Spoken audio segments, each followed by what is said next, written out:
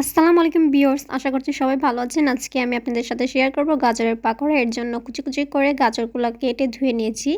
তার সাথে দিয়েছি ১ মুঠ সিম, স্বাদ অনুযায়ী লবণ, ১ চামচের মতো ঘি দিয়ে সুন্দর করে মাখিয়ে ১০ মিনিটের জন্য রেস্টে রেখে দিব। ১০ মিনিট পর নরম হয়ে গিয়েছে। ওখানে ৪টা কোয়েল পাখির ডিম, ১ মুঠ পেঁয়াজ, স্বাদ অনুযায়ী কাঁচামরিচ, হলুদ মরিচের গুঁড়া ১ চামচ আর ২ কাপ চালের গুঁড়া। সব কিছু একসাথে মিশিয়ে নিব হাফ কাপেরও কম পানি দিয়ে। আলতো আলতো করে মেখে নিতে হবে। মাখানোর পর ১০ মিনিট রেস্টে রাখবো। ১০ মিনিট পর দেখতে পাচ্ছেন অনেক নরম হয়ে গিয়েছে। এখন এগুলোকে সুন্দর করে চামচের সাহায্যে তেলে দিয়ে দিয়েছি। আর এতটাও ডুবা তেলের প্রয়োজন নাই। দেখতে পাচ্ছেন এখন চুলার জালটাকে কমিয়ে লোয়ের উপরে রেখে ভেজে নিয়েছি।